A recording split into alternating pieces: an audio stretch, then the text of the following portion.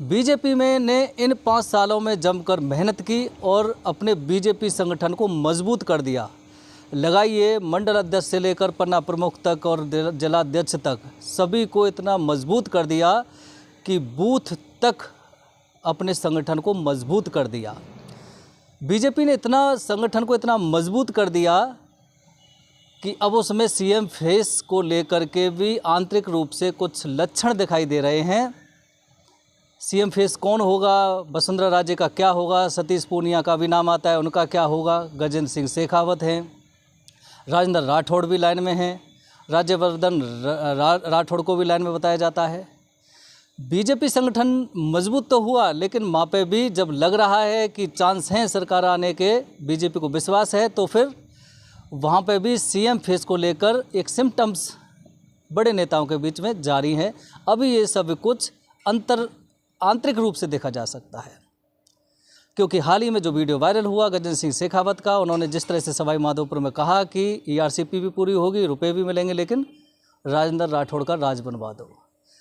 तो कहीं ना कहीं बीजेपी में भी एक तरह से जो कांग्रेस के हालात थे, बीजेपी में भी वह कलह हो सकता है आने वाले समय में देखने को मिले। लेकिन बताया ये भी जाता है कि बीजेपी का जो आला कमान है वो इतना मजबूत है कि अगर राजस्थान बीजेपी के नेता सुगबुहाट करने की कोशिश भी करेंगे और उसकी घंटी अगर दिल्ली में बज गई तो फिर ये सारे चुप्पी साध लेंगे, क्योंकि फैसला आला कमान ही उनका मजबूत है, वो कर देता है। विधानसभा चुनाव आने वाले हैं, फैसले तो लेने ही पड़ेंगे, बीजेपी को भी लेने पड़ेंगे और कांग्रेस को भी लेने पड़ेंगे।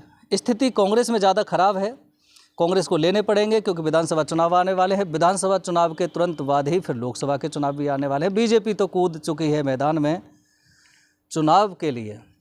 लोकसभा का चुनाव की तैयारियां हैं एक तरह से, लेकिन वो उनको पता है राजस्थान में विधानसभा चुनाव है, इसलिए राजस्थान को पहले फतेह किया जाए, फिर उसके बाद लोकसभा चुनाव की तैयारी कर ली जाए। दोनों को एक तरह से ही एक ही रास्ते से तैयारी कर रहे हैं। प्रधानमंत्री नरेंद्र मोदी का राजस्थान दौरा, फिर अमित शाह का बार-बार राजस्थान दौरा, पीयूष गोयल का राजस्थान दौरा। अब जेपी नड्डा 29 जून को भरतपुर आ रहे हैं, नदबई में अपने कार्यकर्ताओं की बैठक लेंगे। सभी कार्यकर्ताओं को, बीजेपी के जितने पदाधिकारी हैं, सभी को जेपी नड्डा की उस मीटिंग में, उस कार्यक्रम में भारी भीड़ पहुंचाने के लिए जो राजमाइश हो रही है, सभी को टारगेट दे दिया गया है।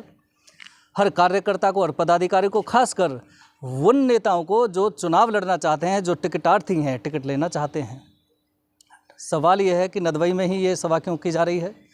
7 विधानसभा सीट हैं भरतपुर ज़िले में, और संभाग की बात करें तो 19 विधानसभा सीट हैं।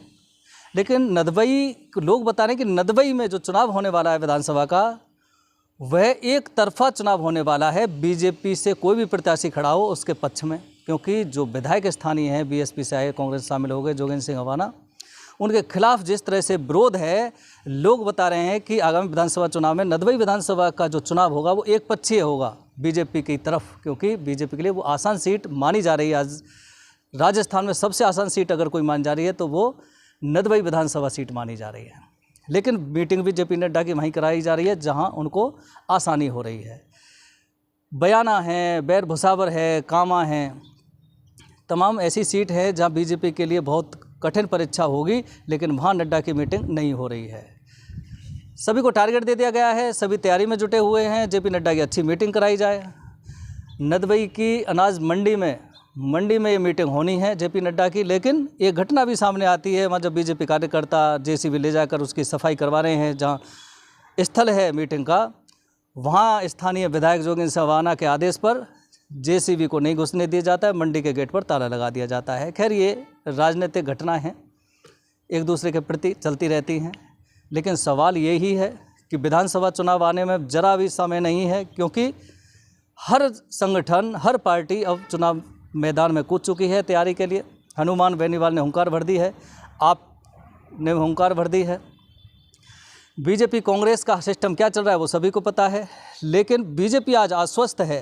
कल भी जब हमारी अधिकारियों से बात हुई, पदाधिकारियों से बात हुई, बीजेपी के राजेंद्र राठौड़ 2 दिन से भरतपुर में ही हैं, जब बात करते हैं तो वो इतने आश्वस्त हैं, इतना विश्वास है, वो कह रहे हैं कि बहुत ज़्यादा सीट और बहुत ज़्यादा बहुमत के साथ हम आ रहे हैं राजस्थान में, तो इसका सीधा सा फायदा बीजेपी को होने वाला है। बीजेपी पदाधिकारियों को पता है कि सचिन पायलट नहीं होंगे तो फिर बीजेपी को जीतना बड़ा आसान रहेगा, क्योंकि ये पता है उनको कि अगर सचिन पायलट खासकर पूर्वी राजस्थान में घूम जाते हैं तो फिर बीजेपी की नैया डुबा सकते हैं। और पूर्वी राजस्थान के अलावा भी अगर और अन्य राजस्थान में बात करें तो बीजेपी के लिए मुश्किल खड़ी कर सकते हैं। इसलिए बीजेपी को कहीं ना कहीं डर भी है सचिन पायलट को लेकर कि सचिन पायलट को कोई बड़ा ओहदा नहीं दे दिया जाए कांग्रेस आलाकमान द्वारा। लेकिन उनको लगता है कि अगर ऐसा हो कि उनको लेकर कोई फैसला नहीं हो और ये स्थिति असमंजस में पड़ी रहे तो फिर बीजेपी आश्वस्त है कि अब हमको फ़ायदा हो सकता है। इसलिए तो बार बार कह रहे हैं 2/3 बहुमत के साथ हम आ सकते हैं सत्ता में।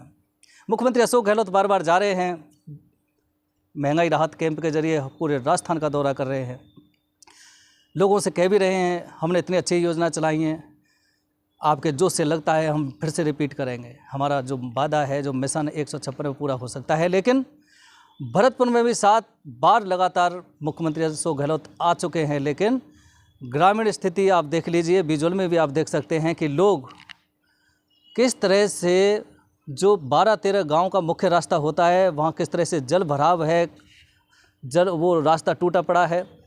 लोगों को मजबूर होकर उस पानी में बैठ करके विरोध प्रदर्शन करना पड़ता है।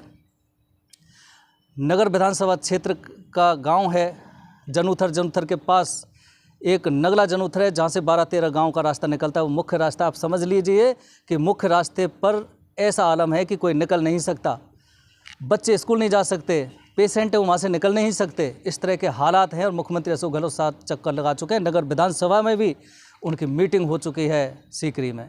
नगर से विधायक हैं बाजेवली, वहाँ के लोग जो आंदोलन कर रहे हैं पानी में बैठकर वो कह चुके हैं कि हमारी विधायक प्रशासन सभी को से हमने आग्रह कर लिया लेकिन कोई सुनने वाला नहीं। समझ लीजिए कि मुख्यमंत्री अशोक गहलोत ने जो योजनाएं वेलफेयर योजनाएं लागू की हैं और जिनका वखान सरकार द्वारा किया जा रहा है महंगाई राहत कैंप में आयोजित जन सुनवाइयों में, महंगाई राहत कैंप के जरिए जो अपनी योजनाओं का बखान किया जा रहा है, योजनाएं अच्छी हो सकती हैं लेकिन बार बार ये कहा जा रहा है कि आपकी अच्छी योजनाओं पर पानी आपके ही विधायकों ने फेर दिया। सवाल यही है कि विधानसभा चुनाव होने वाले हैं, बीजेपी में एक अंतर्कलह सीएम फेस को लेकर जारी है। वसुंधरा राजे का क्या होगा, डॉक्टर सतीश पूनिया का क्या होगा, इधर से सचिन पायलट का क्या होगा, हनुमान बेनीवाल कितना गोल खिलाएंगे, आप कितना प्रदर्शन कर पाएगी, ये सब देखने वाली बात है।